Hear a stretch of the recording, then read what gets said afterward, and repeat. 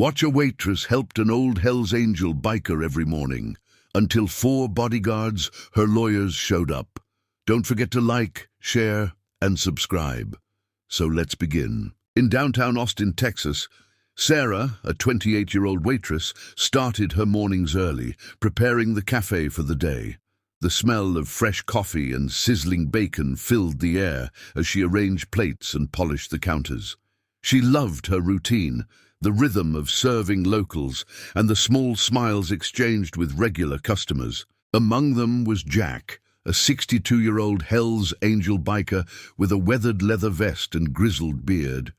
He always sat at the same stool by the window, quietly sipping black coffee. Sarah noticed his careful movements and the way his eyes scanned the street. There was a heaviness to him, a story he didn't share aloud. Their conversations started as small talk, about the weather, the cafe's specials, or city news. Gradually, Jack began opening up, speaking softly about his past and the struggles he had faced. Sarah listened with patience, offering empathy without judgment. Over time, their brief chats became the highlight of her mornings, a quiet connection that bridged 2 very different worlds. One chilly morning, Sarah noticed Jack looking unusually tense, his gaze flicking toward the street more than usual. She offered a reassuring smile and asked if he was okay. Jack only shook his head slightly, muttering that he was fine.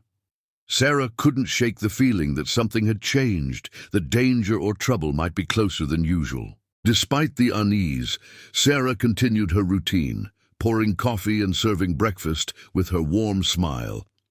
She had no idea that her simple act of kindness, greeting a lonely biker each morning, was beginning to draw attention from powerful, protective people who cared deeply about Jack's safety. The next morning, Sarah arrived at the cafe earlier than usual, noticing 4 large men in black suits waiting near the entrance.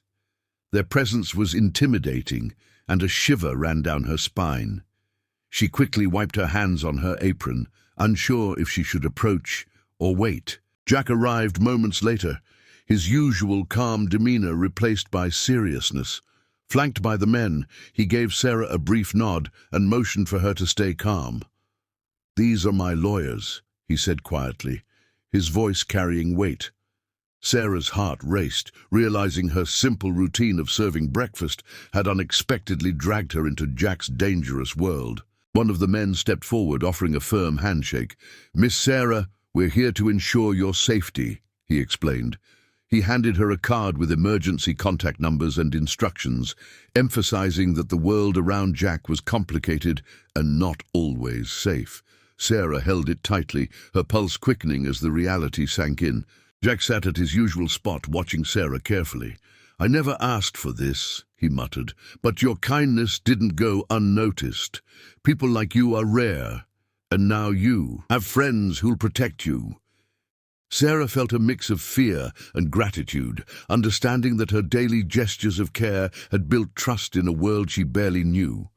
As she poured coffee and served breakfast that morning, the cafe felt different, both ordinary and charged with tension.